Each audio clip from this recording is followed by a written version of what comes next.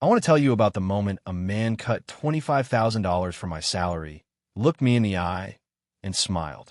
Not a big smile, not the kind that fills a room.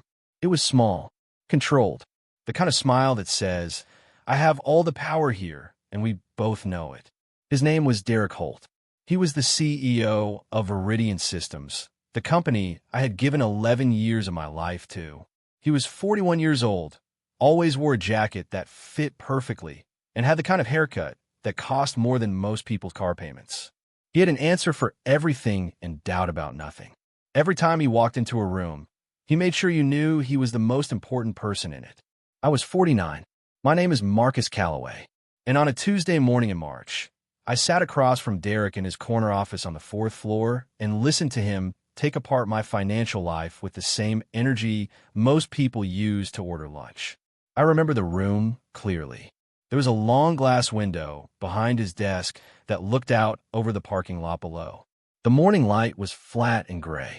His desk was almost completely empty, just a closed laptop and a small silver pen that he kept turning over in his fingers while he spoke. He had folded his hands before he started talking, like a man who had practiced what he was about to say. He told me it was about restructuring. He used the phrase performance realignment. He said the company needed to make strategic adjustments to the compensation structure across senior roles. It sounded clean, professional, like something you would read in a press release. Then he said the number. My base salary, which had been $127,000, was being reduced to $102,000. Effective the 1st of next month. $25,000. Gone. With a phrase and a pen turn. I sat with that for a second. I did not move. I did not let my face change. I have worked in corporate environments long enough to know that showing pain in a room like that is the same as handing the other person a weapon. So I asked him one question. Is this final? He said yes. And then he leaned back slightly in his chair, and that small smile appeared. And he said he hoped I would understand the bigger picture here. Like he was doing me a favor by explaining the shape of the hole he had just cut in my life. I nodded. I thanked him. I stood up, buttoned my jacket, and walked out. I did not raise my voice. I did not argue. I did not ask for time to think or beg for a reconsideration or tell him what I really thought of his bigger picture. I walked out calmly, took the stairs instead of the elevator, and went back to my desk. And I want you to understand something about that walk back to my desk. Because this is the part that Derek did not know, could not have known, and would not find out until it was far too late to matter. In the inside pocket of the jacket I was wearing that morning, folded twice, crisp and clean, was a signed offer letter from Crestline Technologies, a direct competitor of Iridian Systems. That letter offered me a base salary of $158,000 per year. It included a performance bonus structure. It included equity participation. It included full benefits. I had signed that letter 4 days earlier, on a Thursday night, at my own kitchen table. So while Derek Holt sat in his corner office believing he had just shown me my place, the truth was already decided. The door was already open. I'd already walked through it. All that was left was the paperwork. He cut my salary by $25,000 and smiled. He had absolutely no idea. And that, right there, is where this story really starts. Not in his office, not with his smile, not with his carefully practiced words about restructuring and realignment. It starts with a man who had spent 11 years making himself indispensable to a company, who had watched that company slowly stop seeing him, who had quietly built a way out, and who sat in silence while his CEO unknowingly handed him the cleanest exit he could have ever asked for. My name is Marcus Calloway. This is what happened. I'm not the kind of man who is easy to notice at first. I do not walk into rooms like Derek Holt walks into rooms. I do not lead with energy or presence or carefully built confidence. I lead with work. I always have. I grew up in a working-class family in the Midwest. My father worked in manufacturing for 30 years. My mother kept the house and handled every dollar that came through our door like it was borrowed. I learned early that the people who actually keep things running are almost never the people standing at the front of the room getting the applause. They're the ones in the back, making sure the room doesn't fall apart. I spent my late 20s building technical skills and systems integration. The process of connecting one company's software to another company's software so that information moves cleanly between them. It sounds simple. It is not. When it goes wrong, businesses lose data, lose money, and lose clients. When it goes right, nobody notices, which is exactly how it should be. I joined Veridian Systems when I was 38. That was 11 years ago. Veridian builds and sells logistics integration software to mid-size freight and distribution companies. Their clients are businesses that move physical goods, trucking companies, warehouse operators, regional distributors. These are not glamorous businesses, but they are real ones, and they run on real systems. And when those systems break down, real shipments get lost and real money disappears. My job at Veridian was to make sure that never happened. Over 11 years, I became the person who understood how every major client's system connected to ours. Not in a general way, in a specific, detailed, line-by-line way. I knew which clients were running older software that needed custom patches to stay compatible with our platform. I knew which clients had non-standard data formats that required manual workarounds we had built years ago and never formally documented. I knew the unofficial preferences, the undocumented histories, the small but critical details that existed nowhere except in my memory and my notes.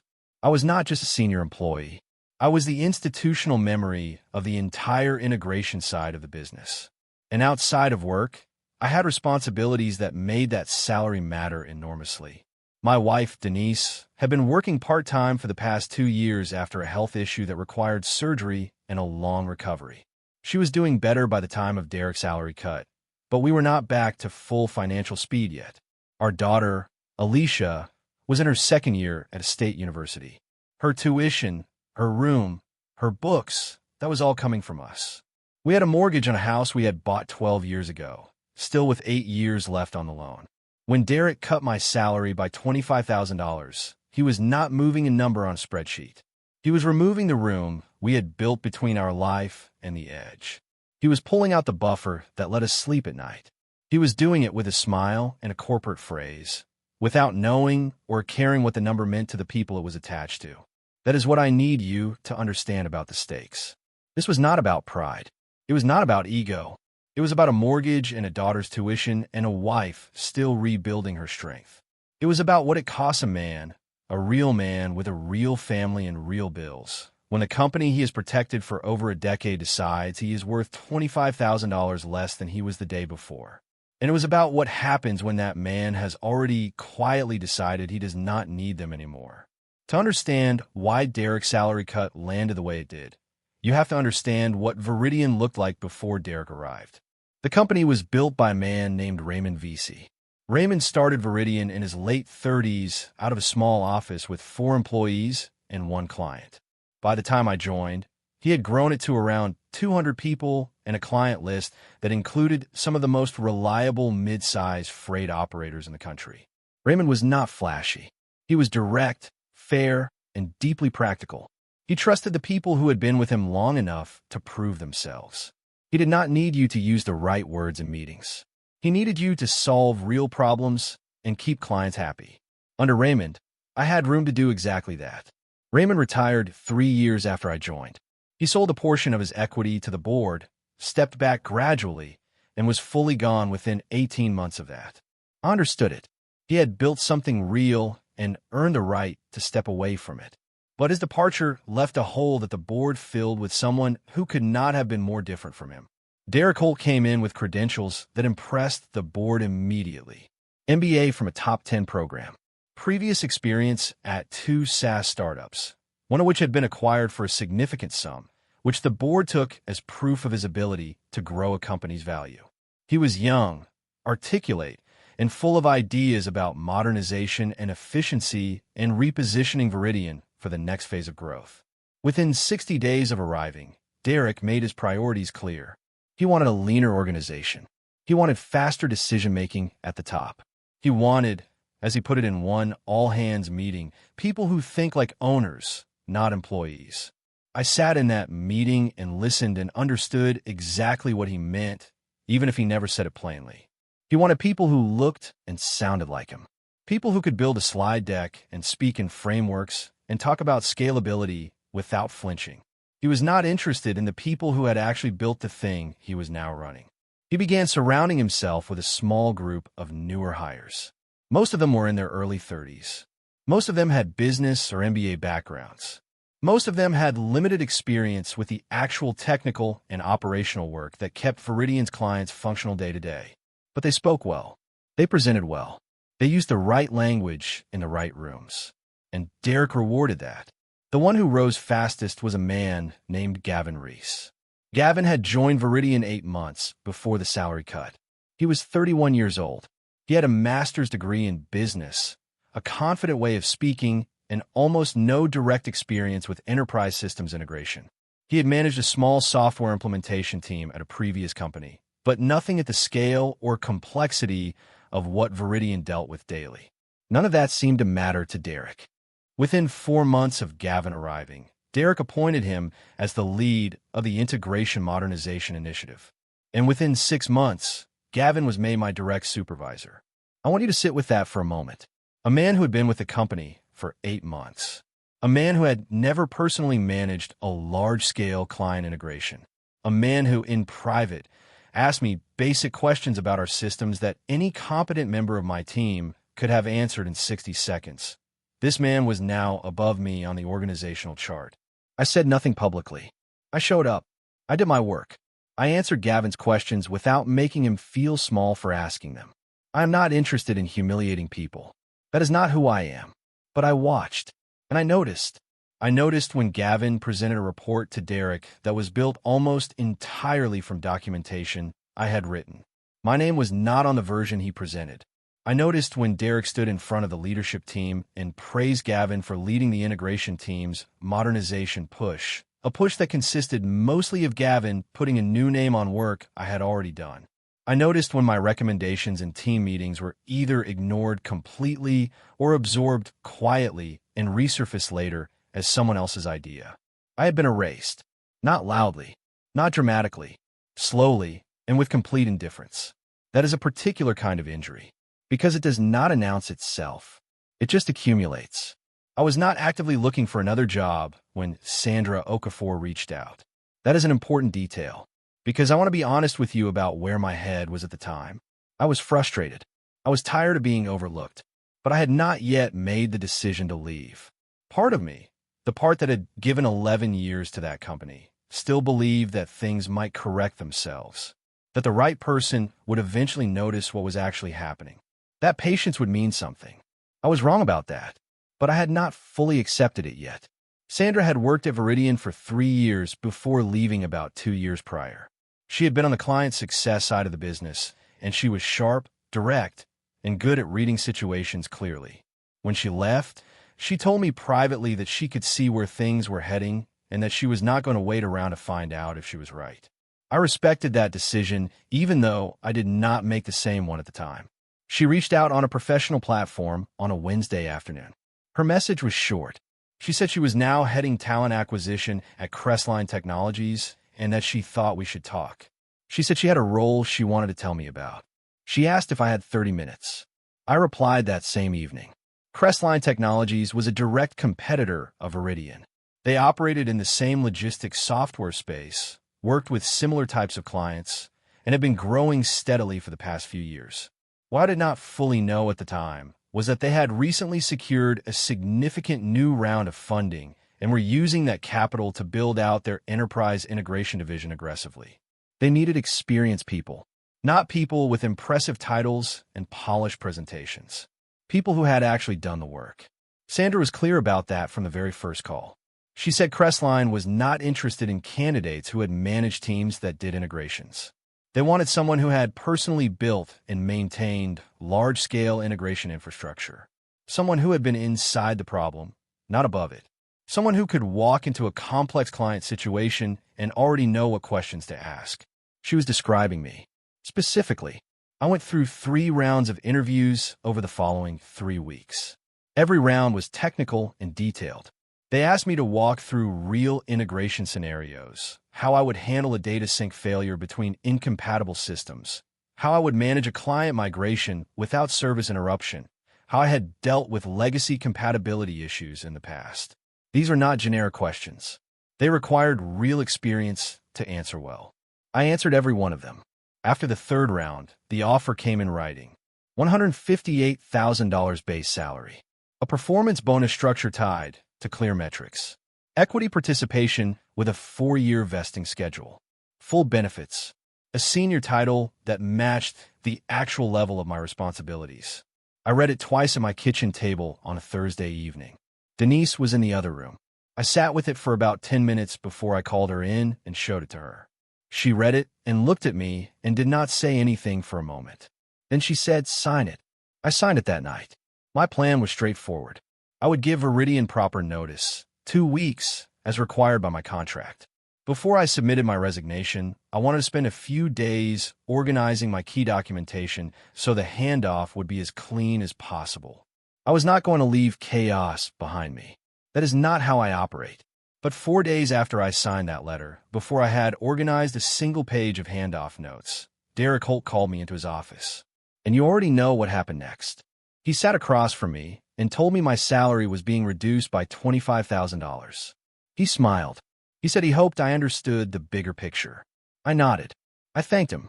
I walked out. And the offer letter, $158,000, already signed, already real, sat folded in my jacket pocket the entire time. Some things you simply cannot plan. They just arrive exactly when they are supposed to. I did not sleep much that Sunday night.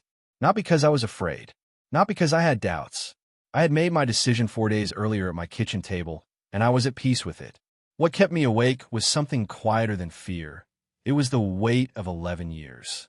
The specific gravity of a place you have given a significant portion of your working life to. Even when that place has stopped deserving your loyalty, leaving it still costs something. I think any honest person would tell you the same.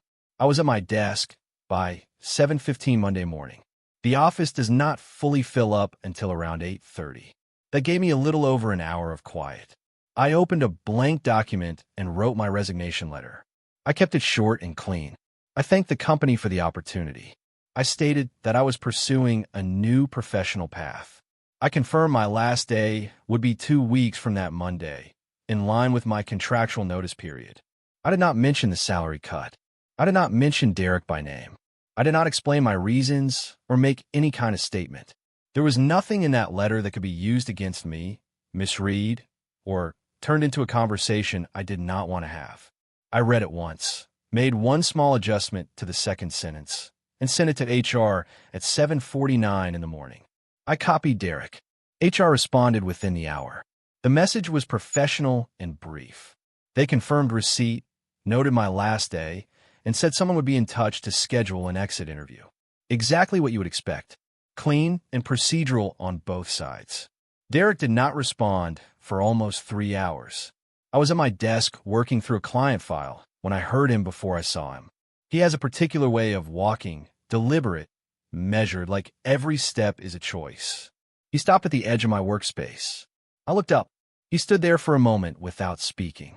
I could see him trying to find the right posture for the situation, the version of himself that still had the upper hand. He did not quite find it. He said, "I didn't see this coming." I told him I understood. That was all I said. I did not offer explanation. I did not soften it. I did not give him the conversation he was looking for. I held eye contact for a moment and then looked back at my screen. He stood there for another 2 or 3 seconds. Then he walked away. Those 2 weeks that followed were some of the strangest of my career. The office has its own kind of nervous system. People sense shifts before they are officially announced, and word of a senior departure moves fast without anyone needing to say it out loud. By Tuesday afternoon, I had already been stopped 4 times by colleagues asking if it was true. Some of them were surprised. A few were not.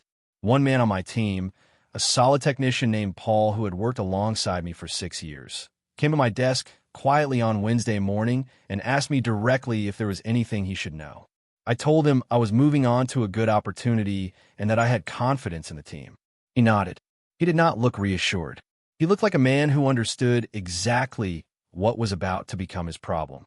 The most telling dynamic of those 2 weeks was Gavin. From the moment the resignation was known, Gavin began appearing at my workspace with questions. Procedural questions. Operational questions.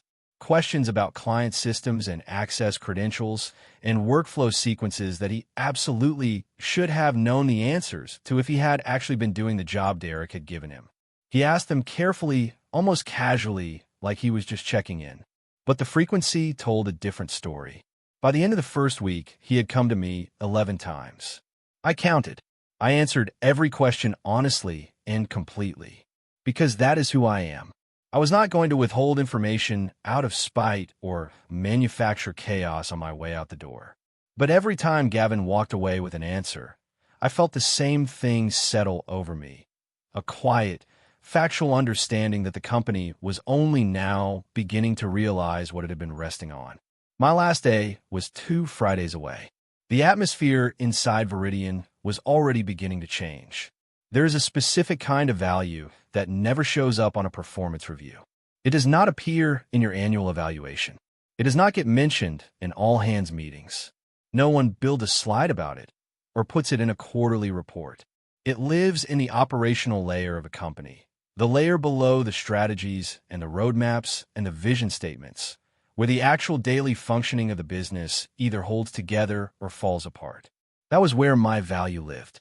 And in the 10 days between my resignation and my last day, Viridian Systems began to discover exactly how much of that layer belonged to me. The first thing that happened involved Hartwell Distribution. Hartwell was one of Viridian's top 5 accounts by revenue. They had been a client for 7 years. I had personally managed their integration from the very beginning, through 2 major platform updates, 1 full system migration, and a period 2 years ago when their internal IT infrastructure changed significantly and required us to rebuild portions of their data connection from the ground up. During that rebuild, I had written a custom compatibility patch, a piece of code that sat between their legacy inventory system and our platform and translated their data format into something ours could process cleanly. That patch worked perfectly. It had worked perfectly for 2 years, and it existed in exactly one place, a directory on our internal server that I had documented in a personal technical file, but had never formally entered into the company's official system documentation, partly because the official documentation process of Viridian had been inconsistent for years, and partly because no one had ever asked me to formalize it. 5 days after my resignation, Hartwell's integration threw an error. Their data stopped syncing. Their operations team called Viridian immediately. The call went to Gavin. Gavin could not resolve it. He escalated to the IT team. The IT team found the patch directory, but could not fully interpret what the patch was doing or why it had been written the way it had. They called me. I walked them through it over the phone in about 20 minutes.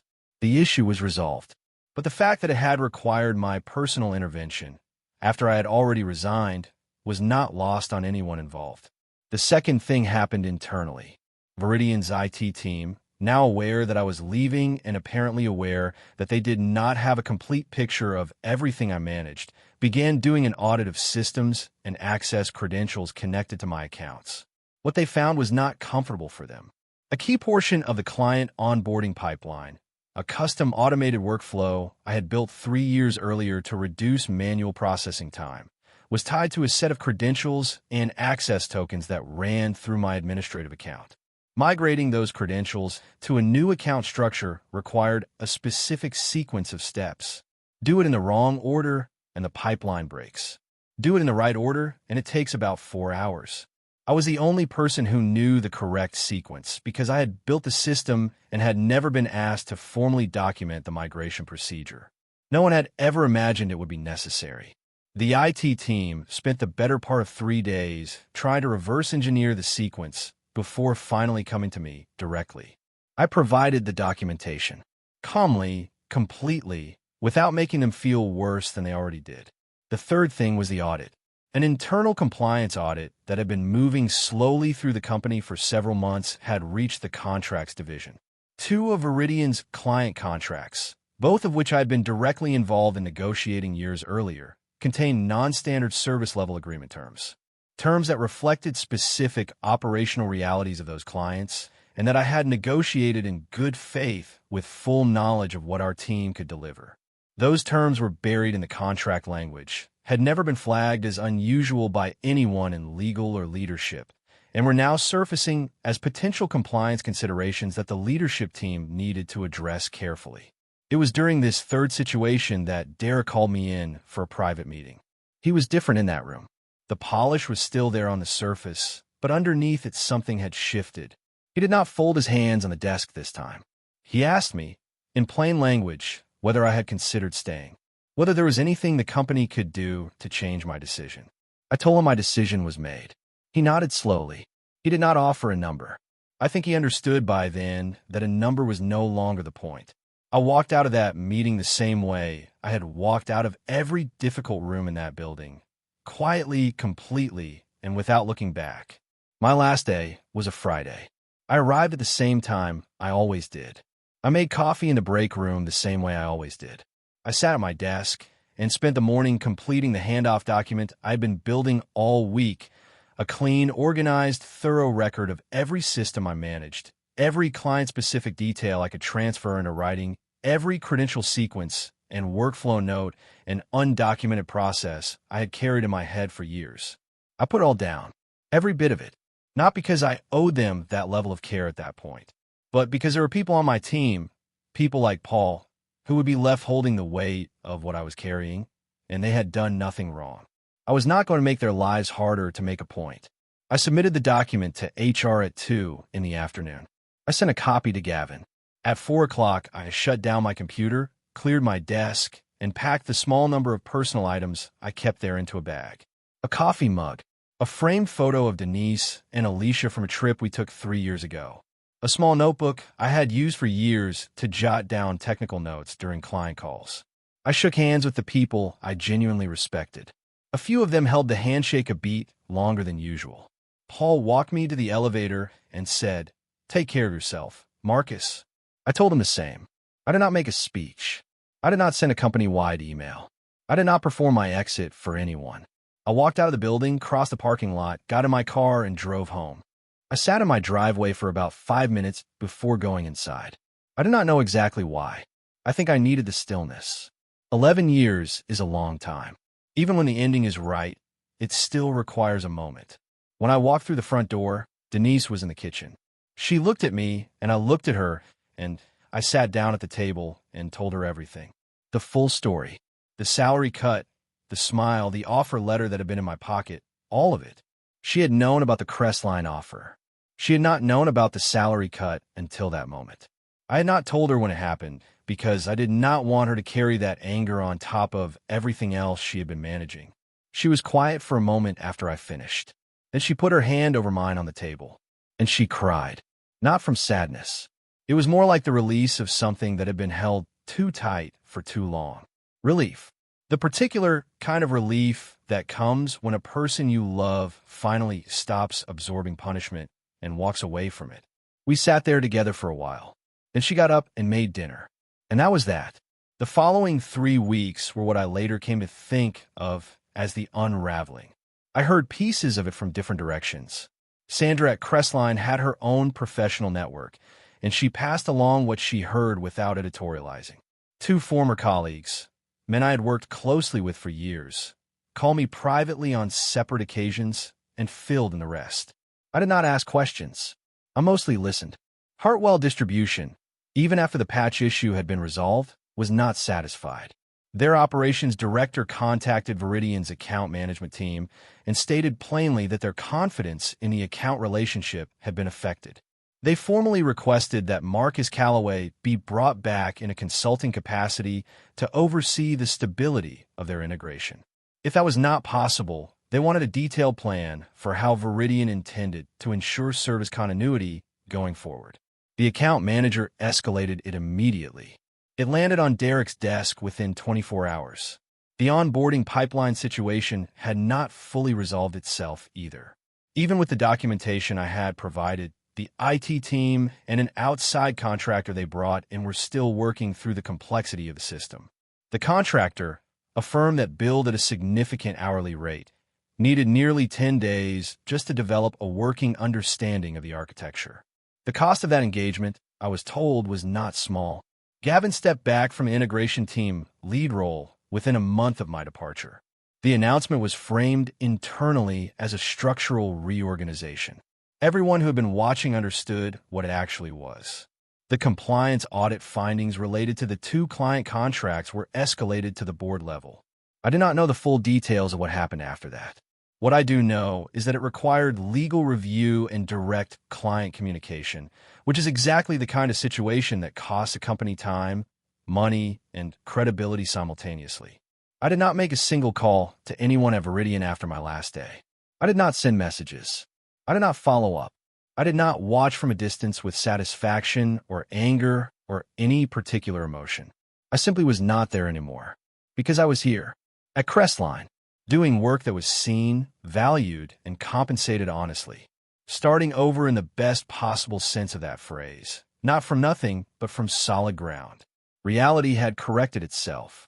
Not because I had forced it to, but because it always does, eventually, when the people holding things together stop holding them together. It has been 4 months since I walked out of Veridian Systems for the last time. I want to be careful about how I tell this part of the story, because it would be easy and dishonest to frame what happened as a victory, to package it neatly and tell you that I won and Derek lost and justice was served and everything is clean and resolved. That is not quite the truth. The truth is more complicated and, I think, more useful.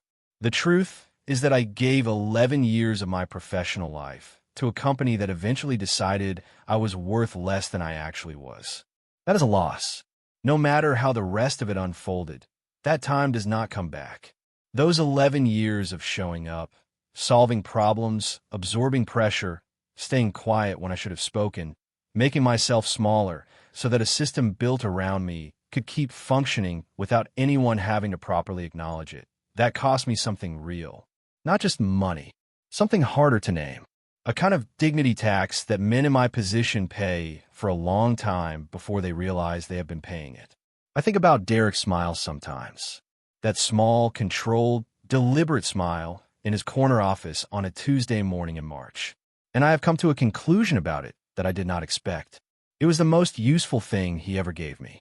Not the salary cut. Not the humiliation of sitting across from a man who genuinely believed he held all the cards while I held the one that mattered. The smile. Because the smile told me something true. It told me with complete clarity what I was worth to that man and to the system he was building. And once you see something that clearly, you cannot unsee it. I spent 11 years making myself indispensable while simultaneously making myself invisible.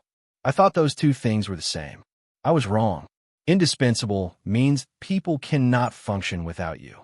Invisible means they do not see you while they're depending on you. And invisible people do not get protected. They get managed. They get reduced. They get smiled at across a desk and handed a number that the person across from them believes they will accept because they have nowhere else to go. The mistake I made, the one I want to be honest about, was staying too long inside a system that had already told me what it thought of me. Not in that March meeting. Long before that. In every overlooked recommendation. In every meeting where my name was absent from the credit. In every moment I watched Gavin absorb the recognition for work I had done and told myself it was fine. It was not fine. I simply chose not to see it clearly until I had no other option. Men like me, and I know you're out there because I hear from people like me all the time, we confuse loyalty with identity. We think that staying means strength. We think that absorbing the weight of a place without complaint is a form of professionalism. Sometimes it is, but sometimes it is just fear with better posture. The lesson I carry now is simple, and I will give it to you plainly. When someone shows you exactly what you are worth to them, believe them. Not the version of them that is polished and professional and talks about bigger pictures. The version that sits across a desk and reduces your salary by $25,000 and smiles while doing it. That version is telling you the truth. Listen to it. Alicia is doing well at school. Her tuition is secure. Denise is stronger than she was a year ago and getting better steadily. The mortgage is fine. The numbers work now in a way they did not before. And I go to work at Crestline Technologies 5 days a week in a building where people use my first name because they want to talk to me, not because an onboarding checklist told them to. Where the work I do is seen, where what I know is valued, where I am not invisible. That is not a small thing. That is everything.